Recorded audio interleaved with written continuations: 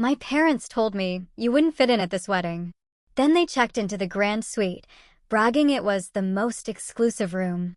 But from the top floor of the $300 million resort, I made one call: cancel the bridal suite. They're not authorized to use it.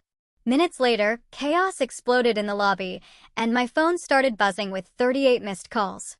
You know that gut-wrenching feeling when the very people who dismissed you your entire life suddenly walk right into the world you built, completely unaware? Well, that moment arrived for me, and trust me, it was absolutely delicious. The air conditioning in my office hummed a low, constant tune, a thin veil over the endless city sounds outside. Sunlight, late afternoon gold, stretched across my polished desk, catching the edges of a stack of contracts. Alpine Haven's summer expansion. I'd been signing papers for what felt like forever, just lost in the steady rhythm of pen on paper, when my phone buzzed, cutting through the quiet. Mom. I just stared at the name for a beat too long. It had been weeks since we last spoke, and every single call from her felt like a performance, polite, deliberate, and somehow colder than the Denver skyline outside. I took a deep breath, braced myself, and answered. "Hi, Mom." "Claire," she said, her voice soft, almost too careful. It was the way someone speaks right before they drop a stone into perfectly still water. "I wanted to tell you about Ethan's wedding." I froze, pen halfway through another signature. "Oh, it'll be small, darling, just family," she continued, breezing past any input from me. "Very intimate. You understand, right?" There was a pause, so long I could hear the damn clock ticking above my door. I set the pen down, watching the sunlight shimmer on the desk. "Of course," I said. "I understand." She exhaled as if a great weight had been lifted. "You've got so much going on with the company anyway, and honestly, it's just a different kind of atmosphere. I'm not sure you'd feel comfortable there." "A different kind of atmosphere?" I almost laughed out loud. "Right," I said, keeping my voice quiet, flat. She just kept filling the silence, like she always did when she was nervous. "It's at a beautiful place, dear. Ethan and Sophie wanted something elegant, but private. You'd love it, I think." I already knew exactly where this was going, but I let her finish. "Anyway, we'll send photos. You'll see how beautiful it turns out." "Sure," I murmured. "I'm happy for them." "Good," she said, her tone lifting, a note of finality ringing clear. "I knew you'd understand." The call ended with that soft click of disconnection. For a long moment, I didn't move. The quiet in the room suddenly felt heavy, like the silence after an insult you've heard too many times to even react to anymore. Outside, the city gleamed under the late June sun, glass towers reflecting gold, everything sharp and distant. I leaned back in my chair, letting out a slow breath. The word family echoed in my mind, the way she'd said it. Small, exclusive, like a private club. And I never got the invitation to join. After a moment, I turned back to my laptop. A headline blinked across the screen from a hospitality newsletter I subscribed to. It tracked industry events. Ethan Morgan and Sophie Bennett to wed at the renowned Alpine Haven Resort. For a second, I just stared at the words. My fingers hovered above the keyboard. Then a low, humorless laugh slipped out. "Of course," I whispered. The irony was almost poetic. The very same family who consistently told me I didn't fit in, the family who always made me feel like an outsider, they had chosen the resort I built from the ground up. Every marble tile, every glittering chandelier, every mountain view suite. They were about to walk right into my creation, completely oblivious. I clicked open the company dashboard. Reservations. Guests. There it was. Morgan wedding party check and scheduled for Friday. The system had even flagged the booking as very important person. I let my head fall back against the chair, my eyes tracing the ceiling. "Sometimes," I said, barely a whisper, "they invite the whole world, except the person who built the stage." The words came out calm, not bitter. Just a simple, undeniable fact. Outside the window, the city started to dim. Streetlights flickered on, and the first hint of dusk settled over the skyline. I could see my own reflection in the glass. Tailored blazer, hair pulled back neatly, every inch the composed executive they never believed I could be. My phone buzzed again. Harper's name flashed across the screen. I answered. Harper, I said. Hey, boss, she replied. You asked me to confirm this week's guest list. Yeah, I said. I still on the darkening view. Anything interesting? There was a brief pause on her end, papers rustling. Let's see, there's a corporate retreat from San Francisco, a wedding party from Texas, and… She hesitated. A family named Morgan, booking for the grand suite. I'm guessing you know them? I let out a quiet breath that might have been a laugh. Yeah, I said softly. I know them. Harper's voice dropped, cautious. Do you want me to flag the reservation? No, I said, leaning forward, elbows on the desk. Keep it as is. Let's just make sure everything goes smoothly. Understood. When the call ended, I sat there for a moment, the corners of my mouth curving slightly. Not into a smile, not exactly. More like something colder, steadier. They hadn't invited me. And that was perfectly fine. Because soon, they would walk into my world under my roof on my terms.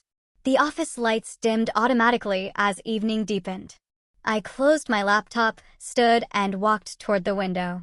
Below, Denver glittered like a map of constellations. I touched the cold glass lightly and whispered to no one, "You built a world without me. Let's see how it feels when you have to live in mine." And with that, I turned off the lights, leaving only the glow of the city behind me. The next morning, sunlight spilled through the floor-to-ceiling windows, washing my Denver office in a pale gold that made everything look cleaner than it was. I stood by the counter, waiting for the coffee machine, when my phone vibrated. A notification banner slid across the screen. Morgan wedding weekend officially begins.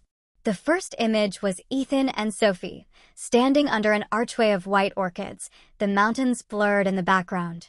Sophie's caption was sugary sweet, the perfect start to forever.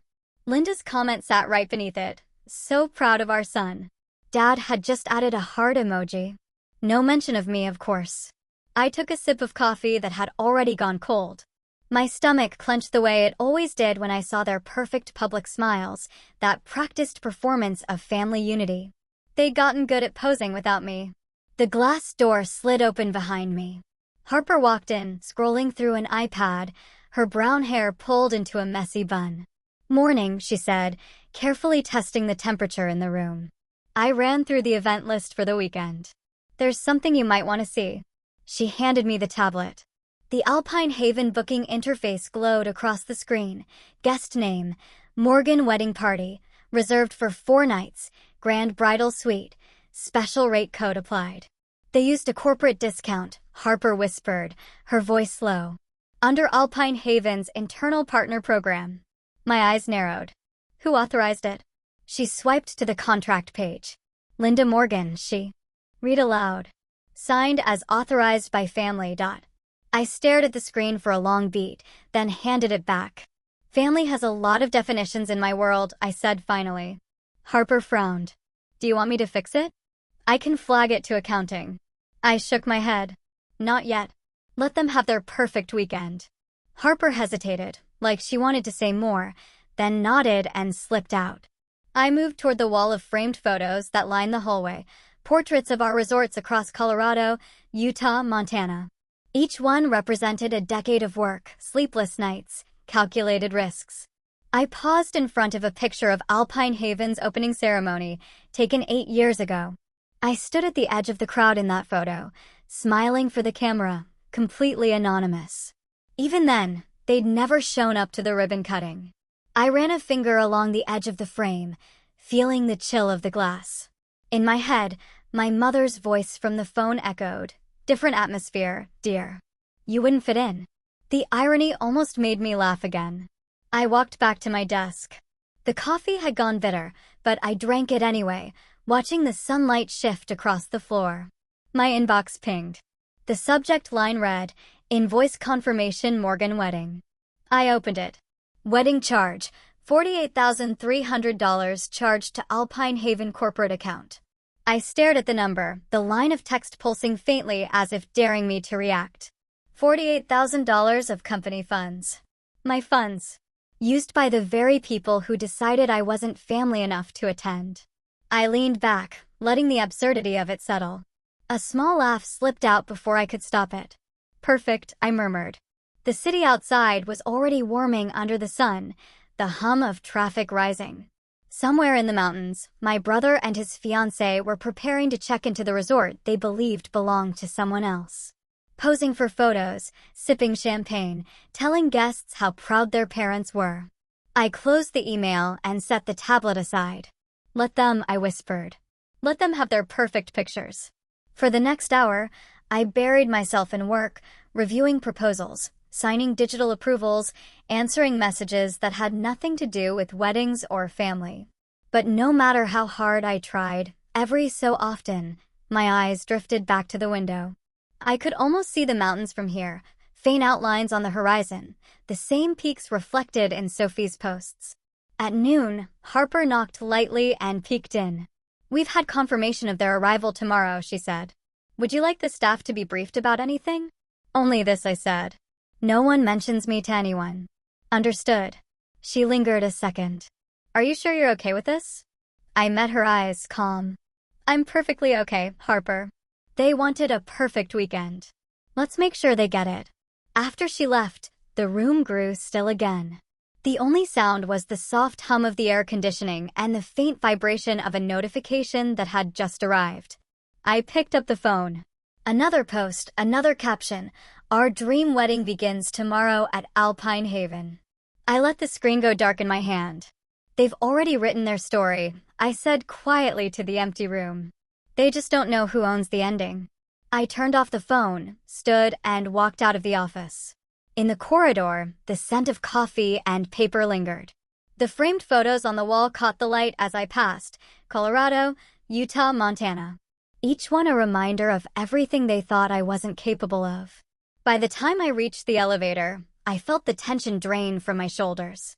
The button lit up under my finger, and the doors slid shut with a muted click.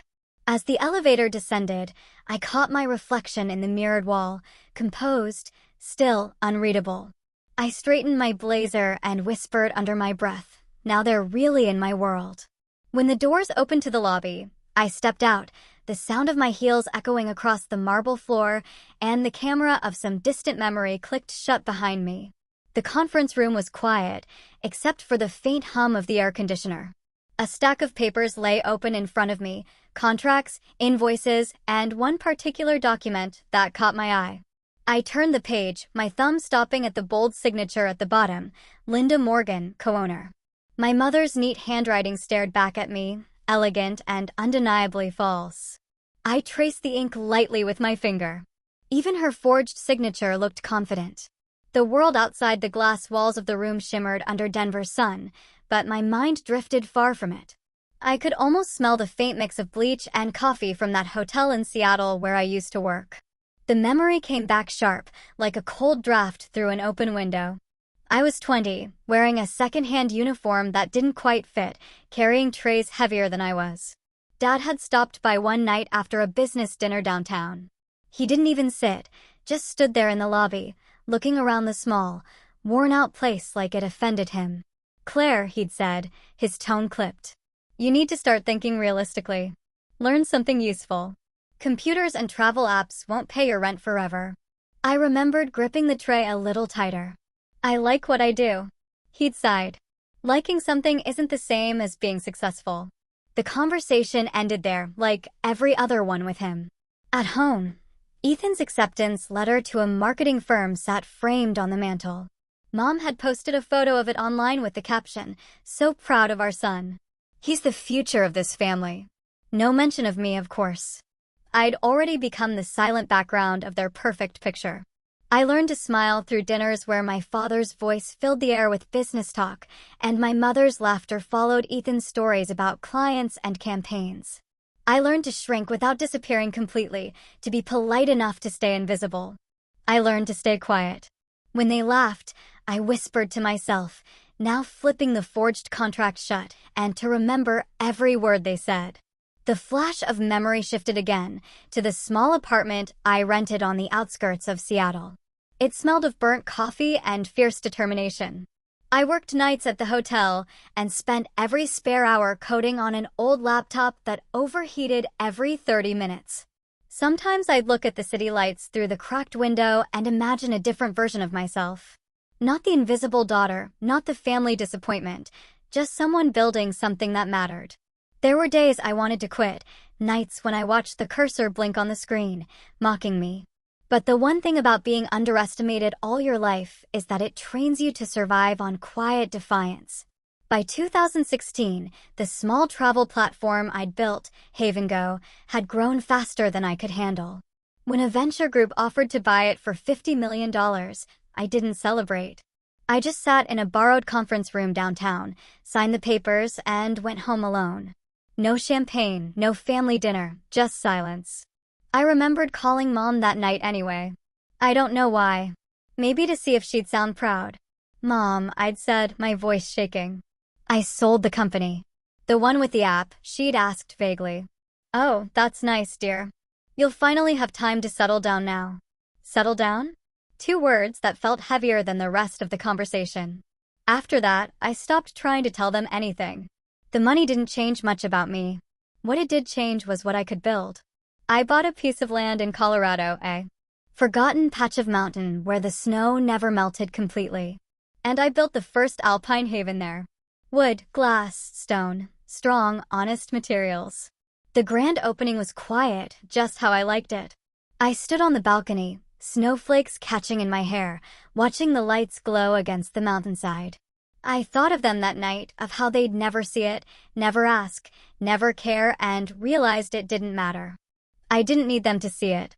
I just needed it to exist.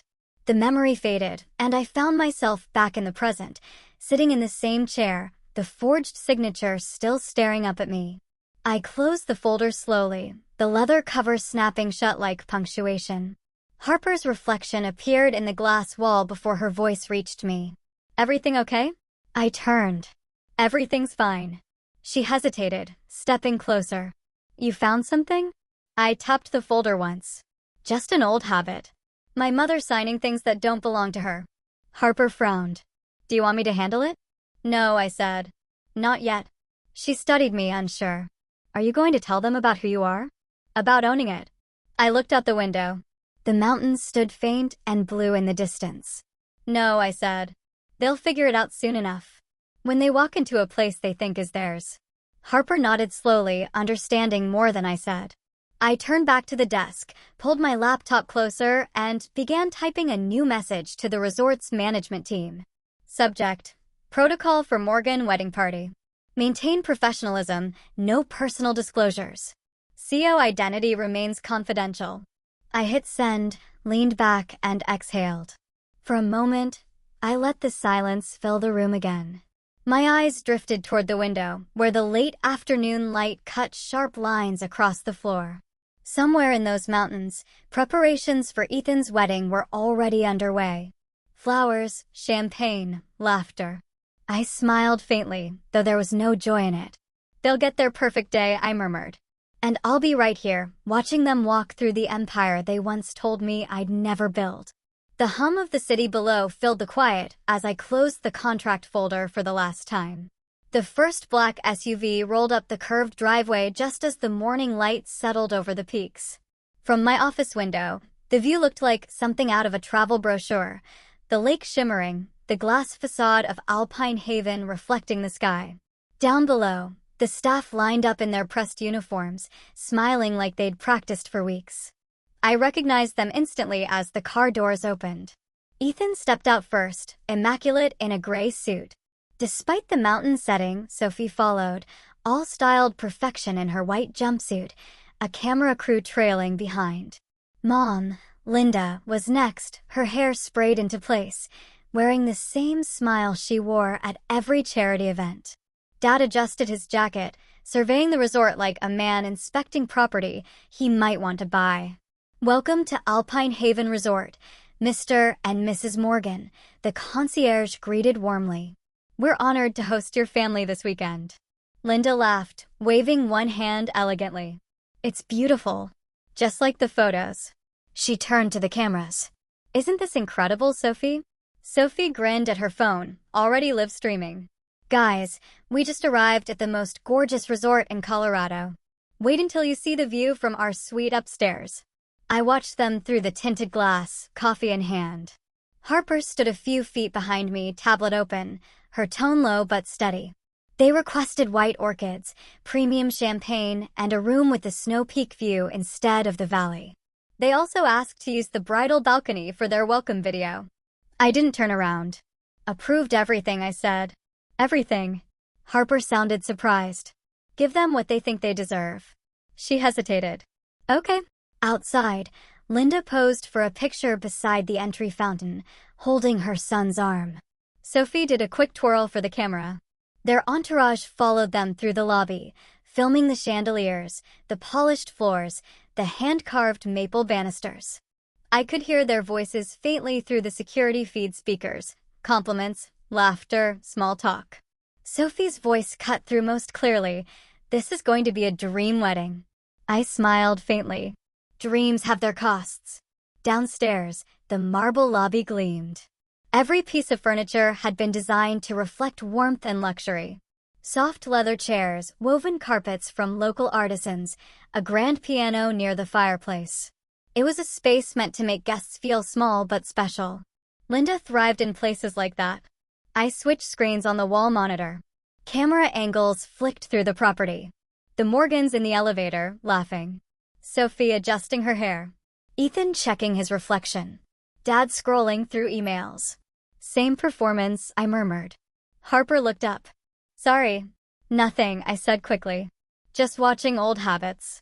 A knock came at the door. Peter, the operations manager, stepped in, holding a folder. Morning, Miss Morgan. The VIP arrival form you requested. He handed it to Harper, who scanned through, then froze slightly. Claire, she said carefully.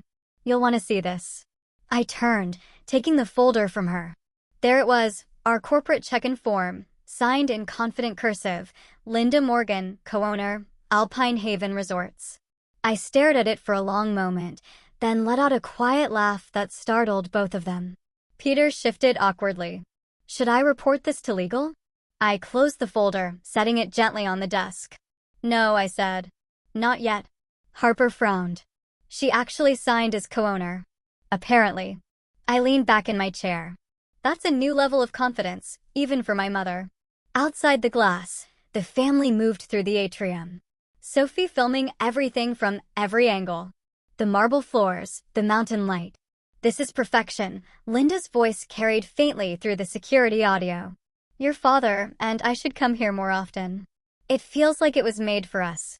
I glanced at Harper, who was watching me closely. She's not wrong, I said. It was. For the next hour, I watched the flurry unfold. Staff escorting them to the grand suite, photographers clicking, floral designers rushing with orchids. They were creating their picture-perfect moment, every detail carefully staged. On one monitor, I saw Mom standing by the front desk, laughing with the concierge, as if she truly believed her name carried authority here. She had always been good at that, turning pretense into presence. Sophie's voice rose again. Mom, come stand by the fireplace for this one. The lighting's amazing. I switched the feed off. Harper, I said quietly. Send the spa team to offer them the best welcome treatment we have. Champagne, the snow suite. Upgrade everything. Harper blinked. You're really giving them the full treatment.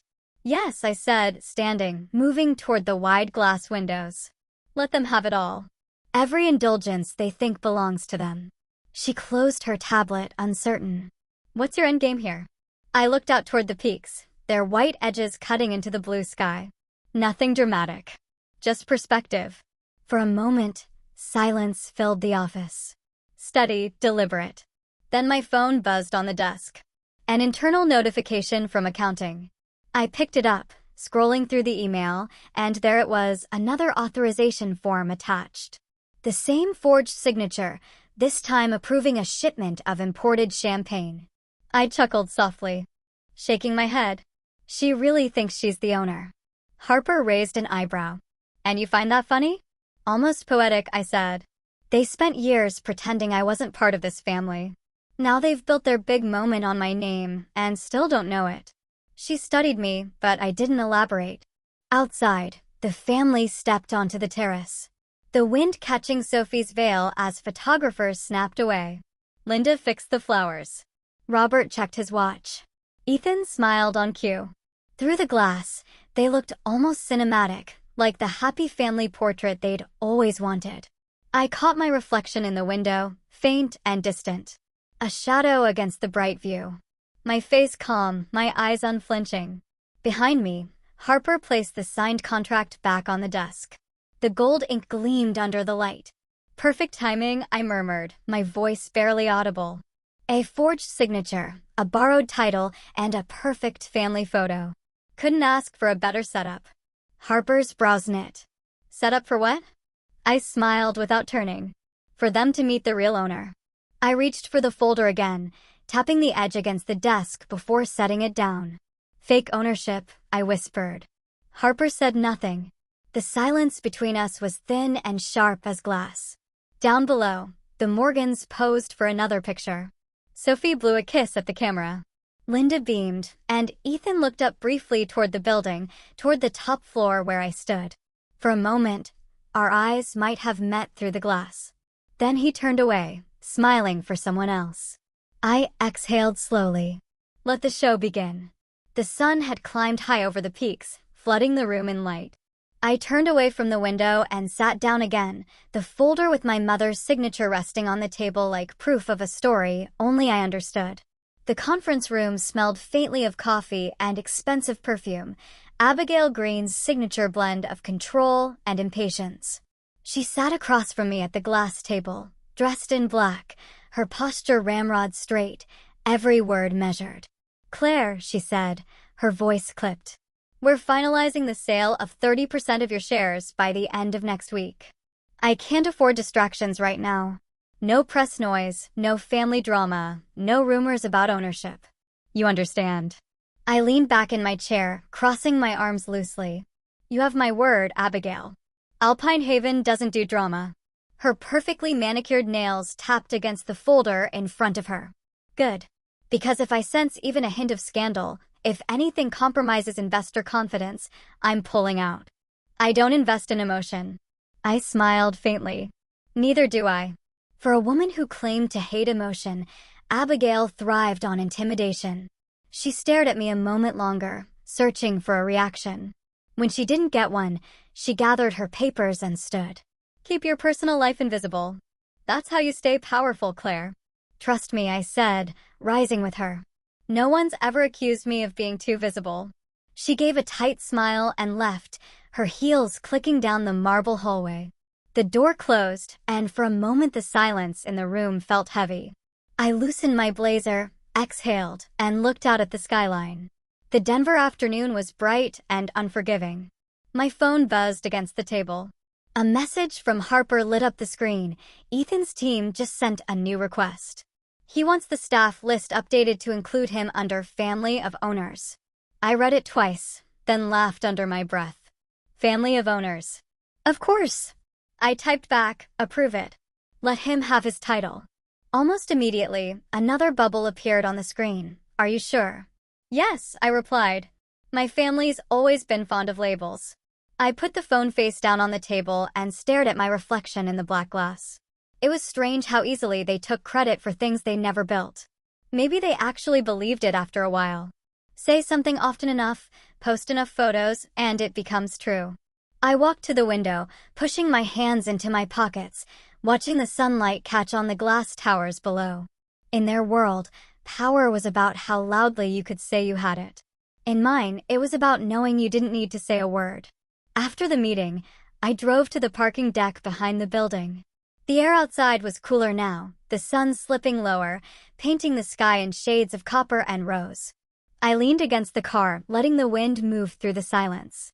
A few floors above, I could see the Alpine Haven logo gleaming against the glass. Elegant, serene, untouchable. Everything I'd spent years building now served as the backdrop for a family that had once laughed when I said I'd own something like this. My phone vibrated again. This time it was Harper calling. Hey, I answered. Sorry to bother you, she said, her tone cautious. Another request just came through from the Morgans. Mrs. Morgan wants the staff to address her as Mrs. Morgan, owner of Alpine Haven. For a second, I didn't respond. A slow smile spread across my face. Of course, she does. Harper hesitated. Do you want me to correct her? No, I said, opening the car door, but not getting in. Let her have it. Let them all have it. Are you sure? It's a little strange. Nothing strange about it, I said quietly. They've been pretending long before today. Just keep treating her exactly how she wants to be treated. There was a pause.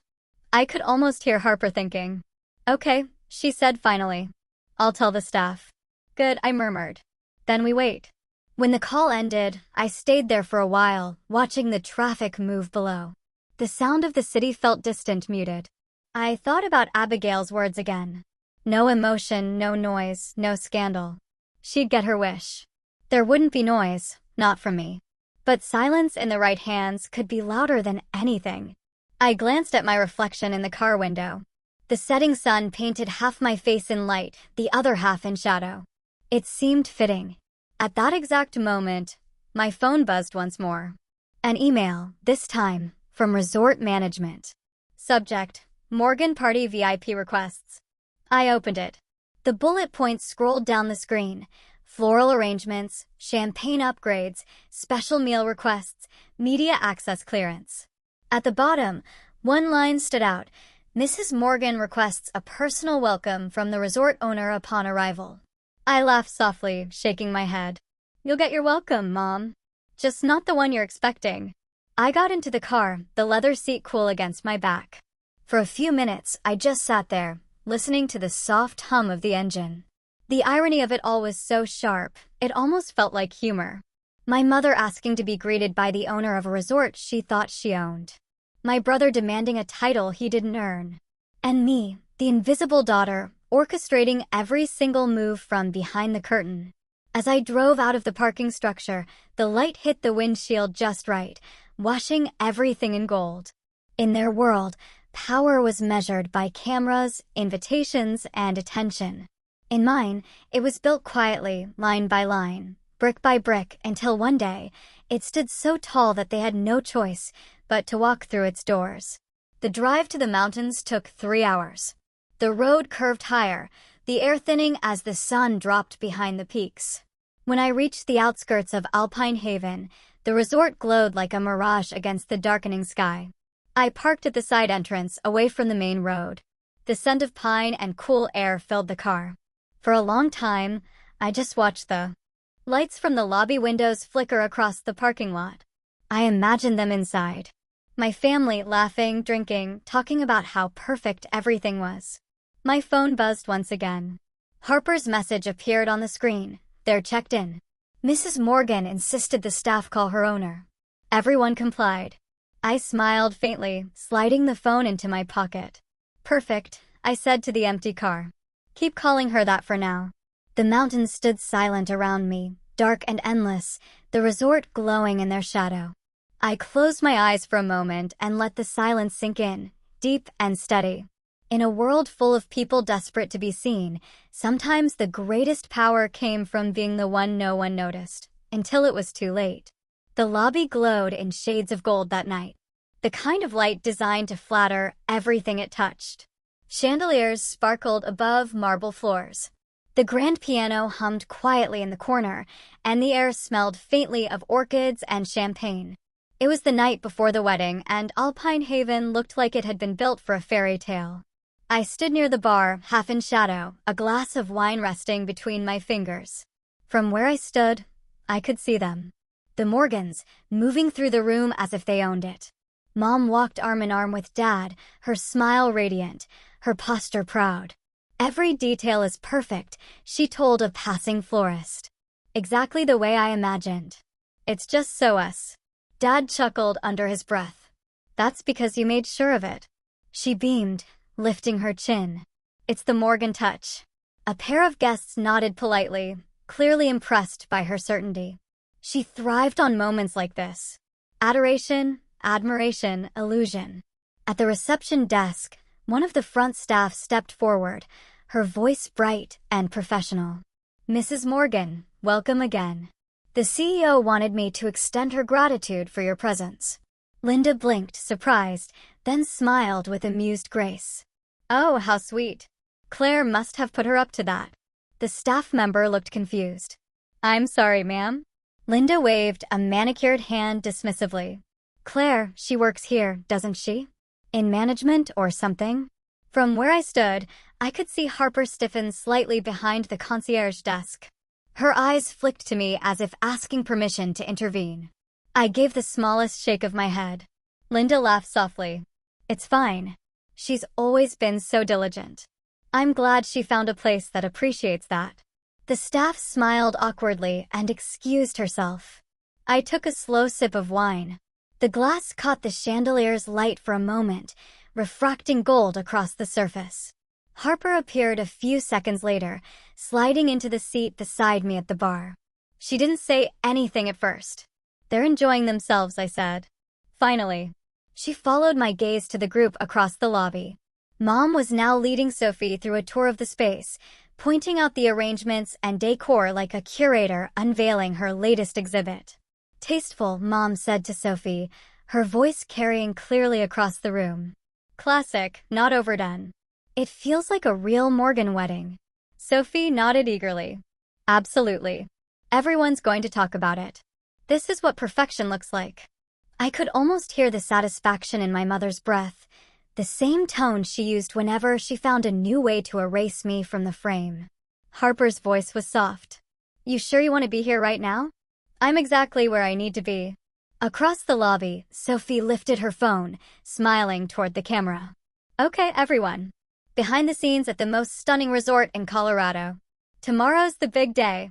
Her followers flooded the comments instantly, hearts and congratulations streaming up the screen. Linda leaned into the frame, waving like royalty. The sound made me think of another night, years ago. Christmas Eve, when I was 10.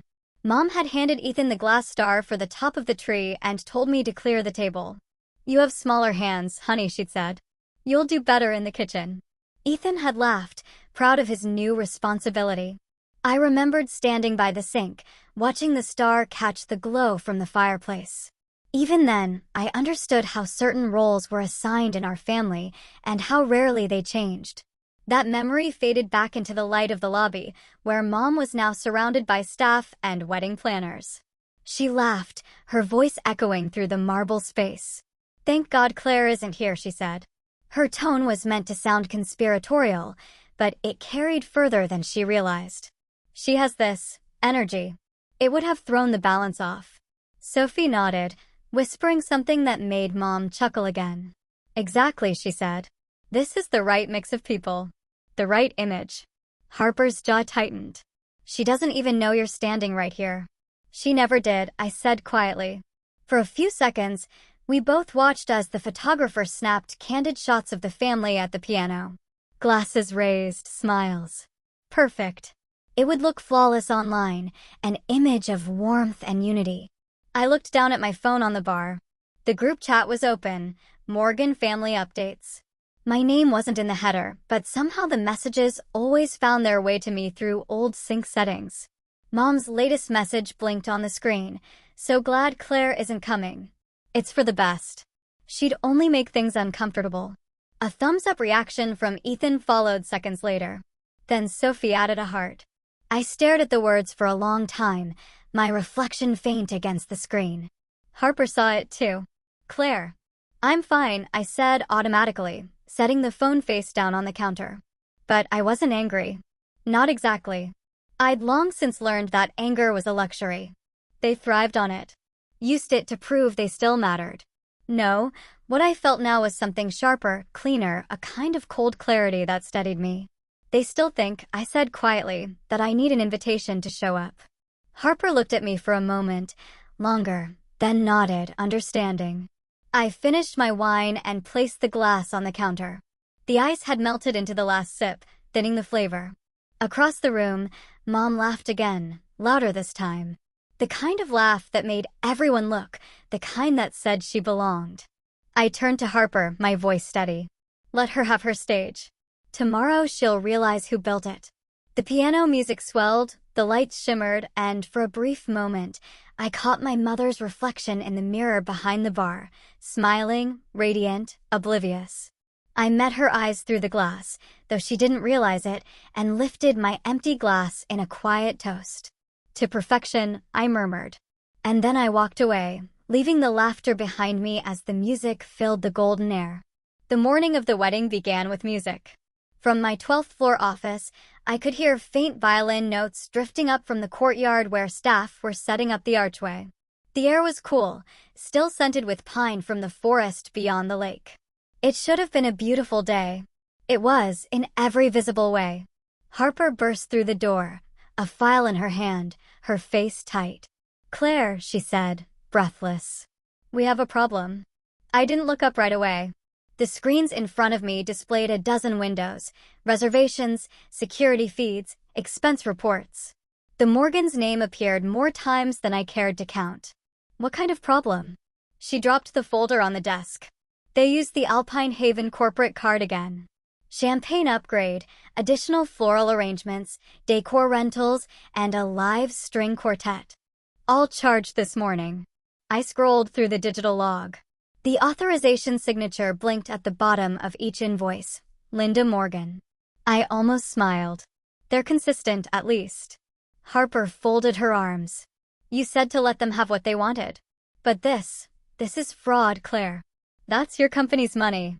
I leaned back in my chair, feeling the weight of her words hang in the air. Outside the window, sunlight hit the glass in sharp angles, reflecting the snow peaks in blinding white.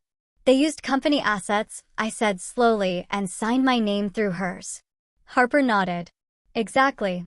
So, what do you want me to do? I closed my eyes for a few seconds, listening to the faint hum of the resort beneath us.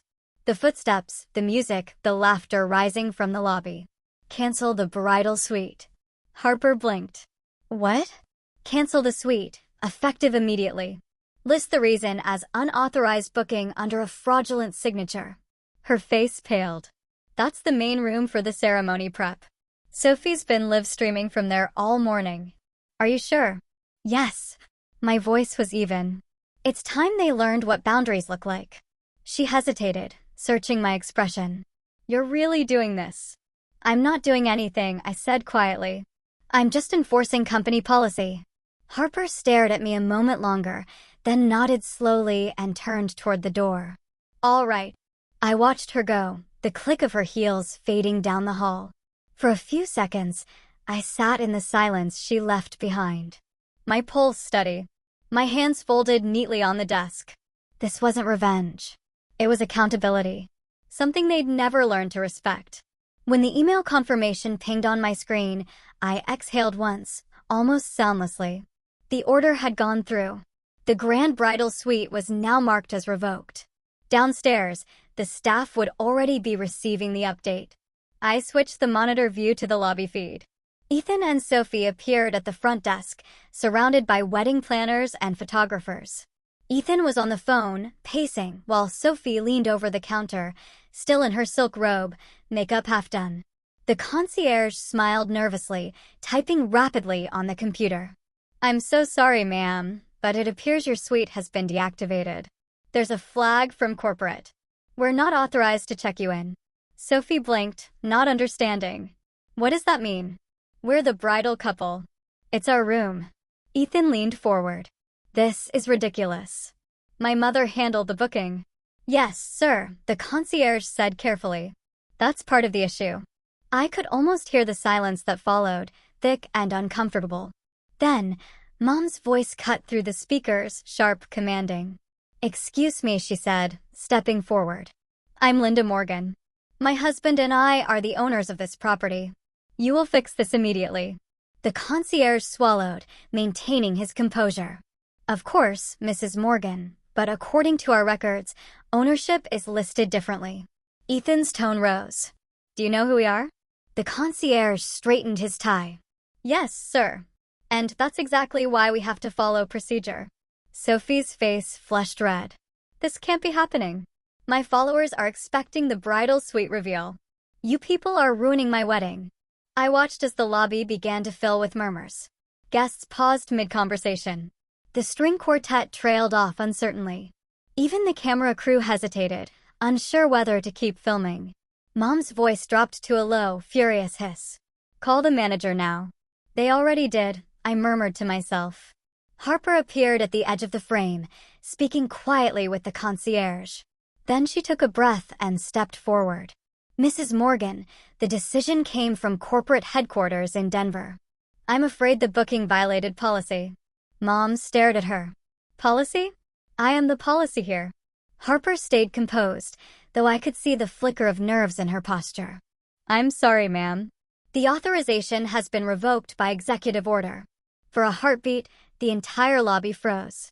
Then Ethan slammed his hand on the counter. This is insane. I'll have your job for this. Sophie started crying, the kind of loud, dramatic sob that drew eyes from every corner of the room.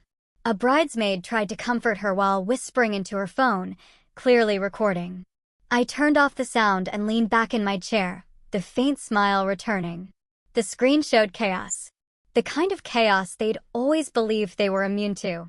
The intercom buzzed. Harper's voice, controlled but shaky. It's done. They know. Good, I said. Let the staff keep things calm. No further engagement. She hesitated. Do you want me to unlock the suite later? No, I said. They'll stay exactly where they are. Let them experience imperfection for once. I ended the call and glanced back at the muted feed. Mom stood in the middle of the lobby, trying to pull herself together, whispering furiously into her phone. Ethan paced. Sophie's tears turned into angry shouting. From a distance, it looked theatrical, even absurd. But beneath it all, I recognized something I hadn't seen in them for years: uncertainty. The moment when control slips through your fingers and you don't know how to get it back. I switched off the monitor and sat in the quiet again. Outside, the morning sun was climbing higher, spilling light over the peaks. Somewhere below, the wedding staff scrambled to recover, to keep guests distracted, to make the day look beautiful again. I knew they would. That's what people do when the illusion cracks. They patch it up fast and pretend nothing broke. I picked up my phone. One new message from Harper blinked across the screen. Lobby is contained. Guests unsettled but calm. The Morgans are demanding to speak to ownership. I typed back, ownership is busy. Then I set the phone down, stood, and walked to the window. The lake sparkled like glass under the sun. I could still faintly hear the string quartet starting up again, the music returning to fill the void. For the first time that day, I let myself smile. Quiet, steady, certain. They wanted a perfect wedding, I said softly. Now they'll learn what perfection costs. By noon, the lobby was chaos. The music that had played all morning had stopped, replaced by the rise and fall of angry voices echoing through the vaulted ceilings. Guests lingered near the cafe, pretending not to watch, but clearly unable to look away. Sophie stood at the center of it all, her face streaked with tears, her phone clutched tightly in one trembling hand. This is ridiculous, she shouted. Do you even know who we are? Ethan was pacing behind her, his phone pressed to his ear. Mom, calm down, he muttered, though his own voice was shaky. I'm trying to fix it. Mom wasn't listening. Linda Morgan slammed her palm against the marble counter, making the pens rattle. I will sue you, she yelled at the concierge. This is defamation, humiliation, whatever you want to call it. You can't treat us like this. The concierge, to his credit, didn't flinch.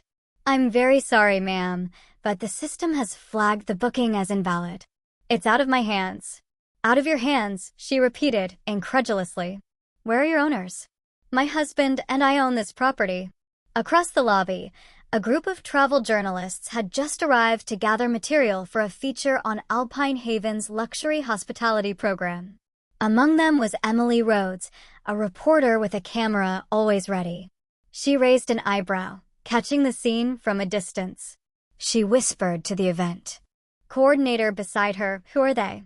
The Morgans, the woman said under her breath. VIP guests. Apparently, their wedding suite was canceled. Emily's eyes widened slightly, the beginnings of a smile tugging at her lips. Seriously? The coordinator nodded nervously. Apparently. Emily's camera was already rolling. From the mezzanine balcony above, I could see everything. The staff trying to calm them, the guests pretending not to stare, the way Sophie's perfect composure cracked on camera. Harper stood a few feet away from me, watching the same scene unfold on the surveillance monitors. She glanced over. "Do you want me to stop the feed?" I shook my head slowly, my eyes never leaving the screen. "No. They're writing their own ending. I'm just watching it happen." On the main monitor, Sophie raised her voice again. "Who canceled my suite? I demand to know." The concierge hesitated. According to the system, the order came directly from corporate management. "What does that even mean?" she snapped. "It means," he said, choosing his words carefully, "that the decision came from the Denver headquarters. From the top."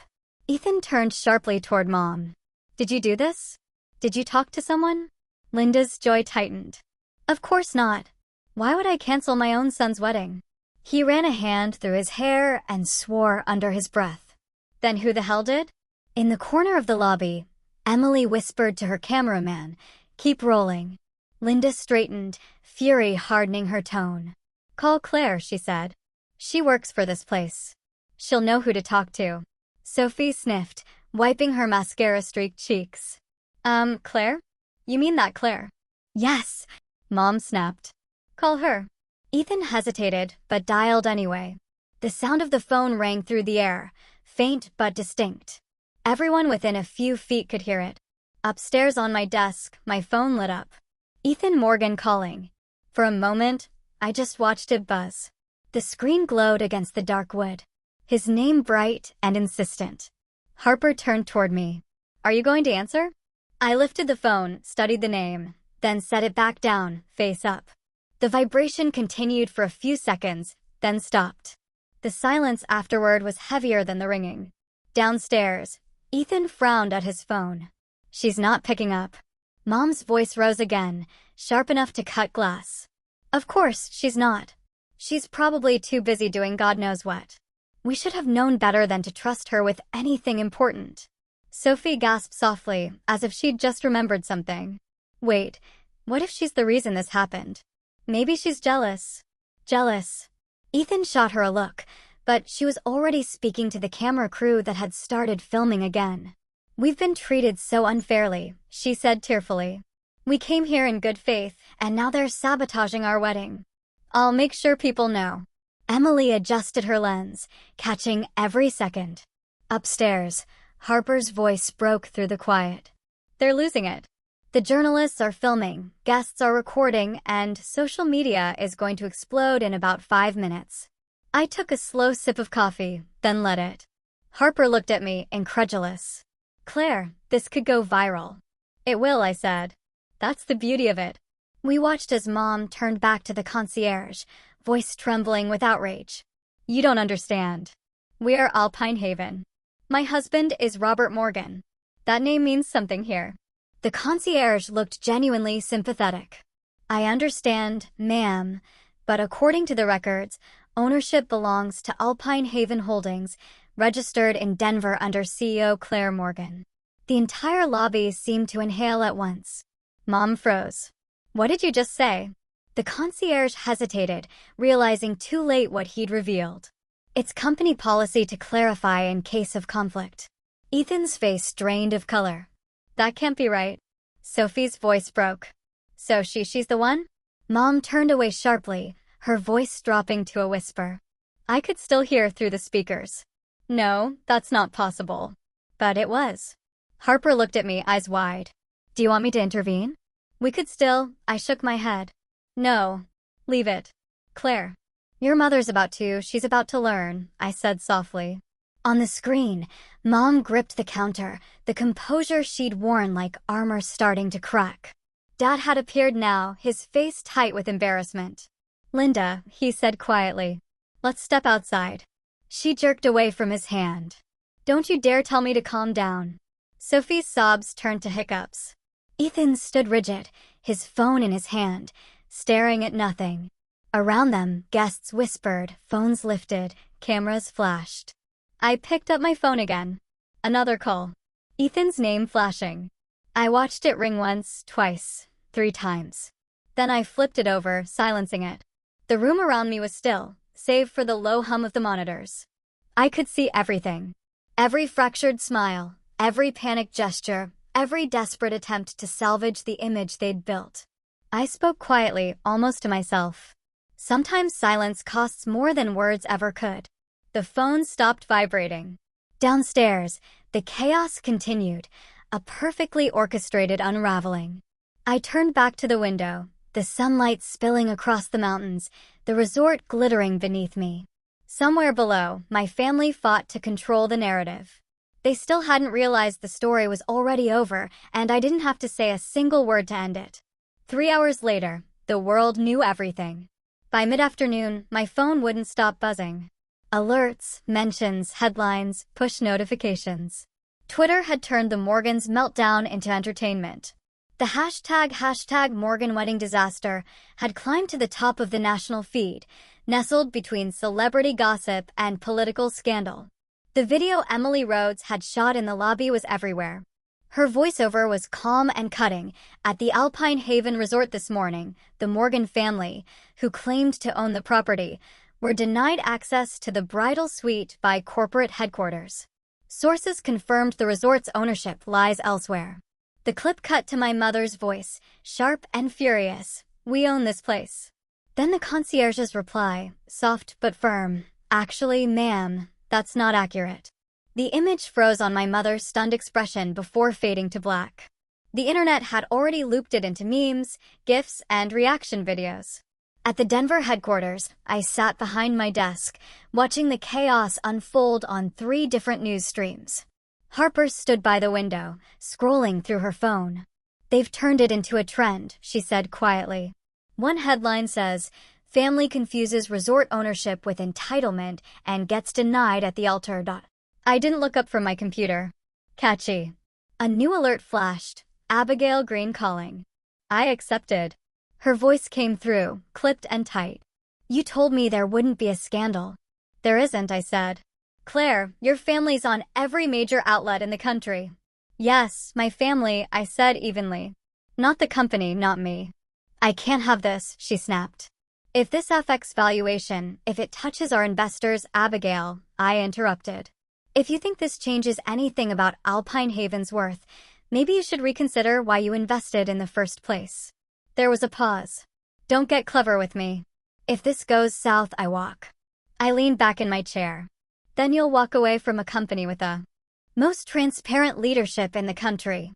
The one whose CEO refused to fake anything, even her own family." For a long moment, all I heard was her breathing. "Then you're playing with fire." "Maybe," I said. "But at least I built the fireplace." The line went dead. Harper turned from the window. "That went well." I smiled faintly. "About as well as I expected." She hesitated. "PR is asking how to respond. Reporters are calling nonstop. Do you want to make a statement?" "They're already telling the truth," I said. "It just took a camera for anyone to believe it." Harper nodded slowly. "Still, it's spreading fast. Someone leaked that the CEO's name matches your mother's maiden name. People are speculating."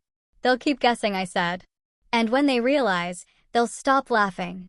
Outside the office, the Denver skyline shimmered under the afternoon light. The hum of the city felt far away, like the sound of a different life. My computer pinged with a new message. I clicked it open. The subject line read, "From Ethan." "Claire," it began. "If you have anything to do with this, please stop. Mom hasn't eaten since this morning. She's in shock. She keeps saying she didn't know. You've made your point. Please just fix it." I read it twice. Then I deleted it. Harper was watching me carefully. "Something from him?" "Nothing important," I said. She didn't push. The news anchors' voices filled the room again, a chorus of smooth tones dissecting my family's implosion like it was a political debate. One reporter gestured to the screen behind him, where an image of the Alpine Haven lobby looped endlessly. Sources suggest the Morgans attempted to leverage familial influence to gain access to restricted suites, he said. However, corporate records show the resort's ownership has no legal connection to the family. The true CEO remains unnamed. I turned off the sound and leaned back, closing my eyes for a moment. In my mind, I saw Mom's face again. The look of disbelief, the panic just before the cameras caught it. I could almost hear her voice, "This isn't who we are." But it was. It always had been. The office was quiet except for the faint ticking of the clock. Harper finally spoke. You know they're going to try to spin this. They'll say it was a misunderstanding, that you're overreacting. They've spent their whole lives rewriting stories, I said. This time they don't hold the pen. She studied me for a moment. You're calm. I've been calm my whole life, I said softly. That's what they mistook for weakness. Another message appeared on my screen. This time from the resort manager in Colorado. The Morgans have checked out of their rooms. They left without paying the balance. Do you want to pursue it legally? I typed back, no. Let them leave owing something. That's the closest they'll ever come to balance. Harper crossed the room, setting a fresh cup of coffee beside me. You should eat something. I'm fine. You've been staring at that screen for 3 hours. I built what they tried to fake, I said. I can stare at it as long as I want. She sighed, but didn't argue. When she left the room, I stood and walked toward the window. The sun was lower now, streaking gold across the city skyline. I could see my reflection faintly against the glass. Still composed, unbothered. My phone vibrated again. Another message from Ethan, but I didn't open it. I didn't need to. I already knew the tone. Apology wrapped in guilt. A plea disguised as family. I let the phone buzz until it stopped. They only remember you, I said quietly, when you become the story they can't control. I turned back to the desk and pulled up the live news feed one last time. A panel of analysts was debating whether Alpine Haven stock would rise or fall after the publicity. The ticker at the bottom read, CEO remained silent amid scandal. Silent. It was the first time silence had ever sounded like victory. Outside the light shifted, and the office dimmed. I let the glow from the monitors fade into shadow, the noise of the world fading with it. For years, I'd been the quiet one, the background, the afterthought. Now my silence was the headline, and they finally had to listen. By late afternoon, the mountains outside my office had turned gold. The sun was sinking behind the ridge, light pouring through the windows in long, slanted beams. I was reviewing a contract when there was a soft knock at the door. Peter, the operations manager, stepped in carefully. Miss Morgan, he said, his tone uneasy. The Morgan family is here. They're requesting to see you. I looked at the clock. 5:43 p.m., send them up, I said. He nodded and disappeared. For a few seconds, I stood still, looking out the window at the horizon. The resort below looked calm again. Guests drinking by the fire pit, staff moving quietly between shifts. The kind of peace that usually follows a storm. When the elevator doors finally opened, the calm in the room shifted. Mom came in first, her expression drawn tight, the practiced poise of the morning replaced by exhaustion. Dad followed, jaw clenched, one hand on her shoulder. Ethan trailed behind them, head lowered. I didn't move. Mom stopped in front of my desk. Claire, she began, her voice uncertain. You're the CEO. I met her eyes. For 8 years now. She opened her mouth, but nothing came out. Dad broke the silence. We just wanted the day to go smoothly, he said. His voice was firm, but I could hear the cracks. We wanted a perfect wedding for your brother. You could have told us, I said. Told you what? I asked quietly. That I exist? That I built something without your permission. He flinched, just barely. I reached for the folder on the desk and laid it open. Here, I said, turning it toward them. A copy of the wedding invoice, the one paid with company funds, the one signed by Mom. Mom's hand trembled as she looked down at the page. I just wanted to make sure everything was handled. I didn't think it would matter whose name. It matters, I said, cutting her off, though my tone stayed calm. It matters when you forge signatures. It matters when you spend someone else's money. It matters when you lie. Her eyes filled with tears. Claire, please. I only wanted Ethan to have one perfect day. He's worked so hard. And I haven't? I asked softly. I built this company from nothing, Mom. Every brick, every piece of glass in this building has my name behind it. But you never thought I was the kind of person who could create something worth your attention. She shook her head. That's not true, isn't it? I asked. You called this place beautiful before you knew who built it. But if you'd known it was mine, you wouldn't have come. The words hung there between us and no one dared to move. Ethan finally stepped forward, his voice low. I'm sorry, Claire. I didn't mean for any of this to happen. I didn't even know you owned Alpine Haven until today. I looked at him. My little brother, the golden boy who never had to fight for a seat at the table. That's the problem, Ethan, I said. You never asked. You never cared to know. You've spent your whole life believing that I was just lucky to be nearby. He swallowed hard, eyes dropping to the floor. You're right. For a moment, no one spoke. The only sound came from the clock on the wall, ticking towards 6. Harper stood silently near the corner, watching, but saying nothing. Dad cleared his throat. We can make this right. We'll release a statement. Correct the misunderstanding. You don't have to. I closed the folder sharply, the sound cutting through his words. No, you don't fix this with a statement. You fix it by telling the truth. Dad frowned. The truth? Yes, I said. That you forged documents to use company money. That you humiliated yourselves in public because you thought pretending was safer than being honest. That you've been living off appearances so long you forgot what real looks like. Mom's lip trembled. Claire, please. You don't understand. I understand perfectly, I said. I've understood for years. The silence deepened. Ethan rubbed his forehead. Mom started crying softly, and Dad turned his gaze toward the floor. When I finally spoke again, my voice was quieter. You wanted a perfect wedding. You got your spectacle.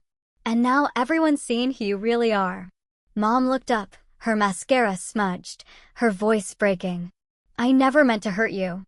I know, I said. You just never meant to see me either. The room went still again. Harper shifted slightly, but didn't move closer. I closed the folder and pushed it aside. I'm not filing charges, I said. But you should know. I could. That's what forgery means, Mom. Fraud. A real court case, not a family argument. She looked horrified. You wouldn't. No, I said, because unlike you, I don't need to prove I'm better. I just need the truth to stand on its own. Her sobs filled the quiet space. Dad reached out as if to comfort her, but stopped halfway. Ethan whispered, What happens now?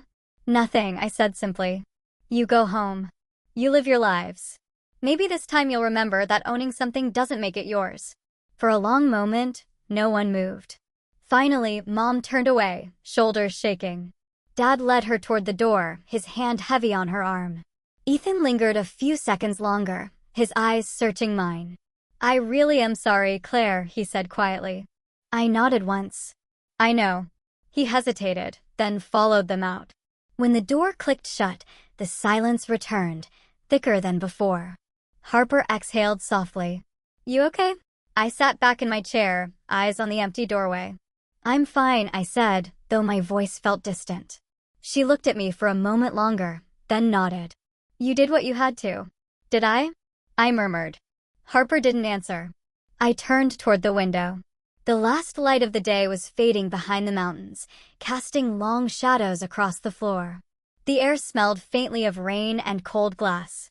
Somewhere below, the staff was preparing for the evening reception, trying to make the place feel normal again. But up here, the air was still thick with everything left unsaid. I ran a hand along the edge of the desk, feeling the cool surface beneath my fingers. I don't need their apology, I said quietly. I just needed the truth to sit in the same room with them for once. Harper didn't reply. She didn't have to. The truth was sitting right here with me. By the next morning, the story had changed hands. It no longer belonged to gossip threads or rumor columns. It belonged to headlines. CEO of Alpine Haven revealed, Claire Morgan. That was the title splashed across every major outlet. The accompanying photo had been taken 6 months ago at a company charity event, me in a navy suit, standing beside my executive team, a glass of champagne in hand, smiling like someone who didn't realize she'd become a symbol.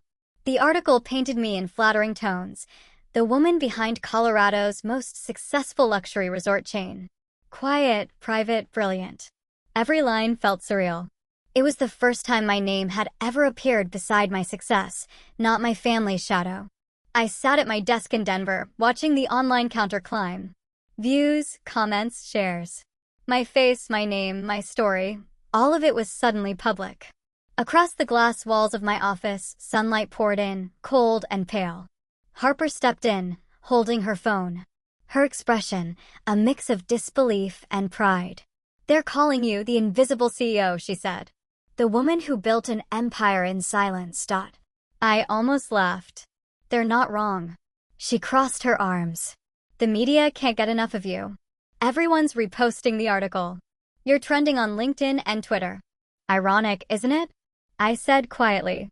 All it took was a scandal I didn't start. She hesitated before speaking again. "The Morgans shut everything down. All their accounts gone. No statements, no photos, nothing. The press is already looking for them." I nodded once. "They'll stay quiet. They're better at disappearing than admitting fault." The phone on my desk buzzed. My assistant's voice came through the intercom. "Miss Morgan, a call for you. Abigail Green." Put her through. There was a short click before Abigail's voice filled the line. She sounded different, less sharp, almost measured. "I owe you an apology." "For what?" I asked. "I told you I'd pull out if things went south," she said. "But I've seen the reports. Your name is everywhere, and not one mention of impropriety. You handled it elegantly. I was wrong about you." I smiled faintly. "You weren't wrong. You were cautious." A pause. Then her voice softened. "I won't be selling. I want to stay in. You're good for this company." "I didn't do it to keep your investment, Abigail," I said. "I did it to keep myself." The line went silent for a moment. Then she said quietly, "That's why you'll last longer than people like me." The call ended. Harper, still standing near the window, asked, "So she's staying?" "Yes, of course she is," I muttered. "Everyone wants to stay when the storm clears." I looked at her, my tone gentler. "Would you have stayed?" Harper smiled a little. "Always." The room fell quiet again. The air was still, the only sound the hum of the city below. She lingered by the door, studying me for a moment before asking softly, "Do you regret it? Any of it?"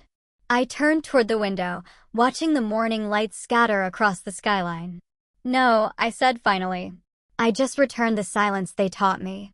For a moment, neither of us spoke. The intercom buzzed again. My assistant's voice, "Someone dropped this off for you." A young staffer entered, holding a phone. My personal one, not the company-issued device. "It's been ringing all morning," he said carefully. I glanced at the screen. 38 missed calls. "Mom." "Sophie." Over and over again. The phone vibrated again in the boy's hand. I reached out, took it, looked at the names glowing across the display, and then set it face down on the desk. "Thank you," I told him. He nodded and slipped out quietly. Harper said nothing. She didn't need to. The silence between us said enough. I stood and walked toward the window. Outside, Denver stretched out in shades of white and silver. Snow had begun to fall, soft and slow, dusting the glass. "Funny," I said quietly, almost to myself. "Everyone calls it karma, like it's supposed to burn." Harper tilted her head. "And what do you call it?" "Peace," I said. "When you no longer need to explain yourself." The wind howled faintly outside, rattling the edge of the window. After a moment, I stepped out onto the balcony. The air was sharp and cold, the kind that cleared your lungs. Below, the city hummed in muted sound, and in the distance, the mountains glowed under the weak winter sun. I leaned on the railing, closing my eyes as the first flakes of snow landed against my skin. The world felt quiet again, not empty, but balanced. Behind me, through the glass, I could see Harper still standing near my desk, arms crossed, watching the snowfall. She didn't say anything, and I didn't move to go back inside. I stayed there, letting the wind push through my hair, watching the white drift fall over the city. Karma wasn't fire. It wasn't fury or spectacle. It was this stillness, the kind that arrives when there's nothing left to defend. The phone on the desk buzzed one last time before going silent. I didn't turn around. I just kept looking at the horizon, the snow blurring the mountains into pale ghosts. Sometimes victory doesn't sound like applause. It sounds like the quiet after everything that needed to be said has already been heard. A few weeks later, the air in the valley had changed. The snow had thinned, replaced by sunlight that glowed soft and gold against the peaks. The resort had settled back into its rhythm. Staff smiling, guests laughing, the sound of clinking glasses echoing through the halls. But this day wasn't about luxury. It was about something simpler, something new. Aurora Hall stood just beyond the main lodge, its tall windows catching the light like mirrors of the sky. What used to be an old service wing had been rebuilt into a space for community events, a place open to anyone who needed it. The brass letters above the doors gleamed, Aurora Hall, a home for all voices. I arrived early, the crisp air biting gently at my skin. Workers were setting up tables with fresh flowers and trays of pastries, laughter floating up from the courtyard. Guests began to arrive, one by one. Women from small towns who'd built their own businesses. Employees who'd been with Alpine Haven since the beginning. Volunteers from local shelters. Harper stood near the stage, checking the microphone levels. When she spotted me, she smiled. "They're all here for you, you know." "They're here for themselves," I said, straightening the small stack of note cards in my hand. "That's the point." By noon, the courtyard was full. Sunlight spilled across the deck, glinting off glass and snowmelt. Harper took the stage first, her voice carrying easily through the mountain air. "Ladies and gentlemen," she began. "Today, we celebrate more than a new building. We celebrate the idea that silence can be transformed into strength. That closed doors can lead to better ones." She turned toward me, her eyes warm. "Please welcome the woman who turned silence into a legacy, Claire Morgan." The applause came like a wave, gentle at first, then growing steady, human. I walked up to the podium, the wind brushing my hair back. For a moment, I just looked at them. The faces in the crowd, the laughter, the sense of belonging that filled the space. "Thank you," I said quietly into the microphone. "Aurora Hall isn't about me. It's about what happens when people are told they don't belong and decide to build anyway." A hush settled. I could feel the weight of the moment, the shared understanding. "When I started Alpine Haven, I thought success meant being seen," I continued. "But I learned something different. I learned that real success is when you create a place where everyone feels welcome, even if no one ever claps for you." I looked out toward the mountains, their peaks burning bright under the sun. Aurora Hall is for anyone who's been turned away, overlooked, or told they weren't enough. You don't need an invitation to walk through these doors. Just belief. Belief in yourself and in what you can build. The audience was quiet, listening. I saw a few people nodding, some wiping their eyes. "This," I said, gesturing around us, "is proof that the things meant to break us can become the foundation for something better. Sometimes the silence they give you isn't rejection.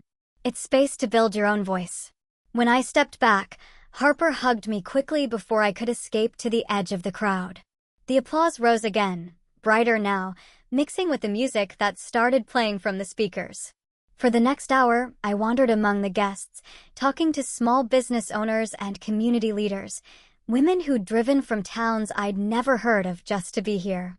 One of them, a baker from Wyoming, grabbed my hand and said, "You have no idea how much this means to us. Someone finally built something for people like us." I smiled. That's all I ever wanted to do.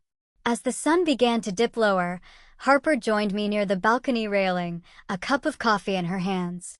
The valley below shimmered in the amber light, the snow glowing soft like silk. "So," she said, leaning beside me. "What's next?"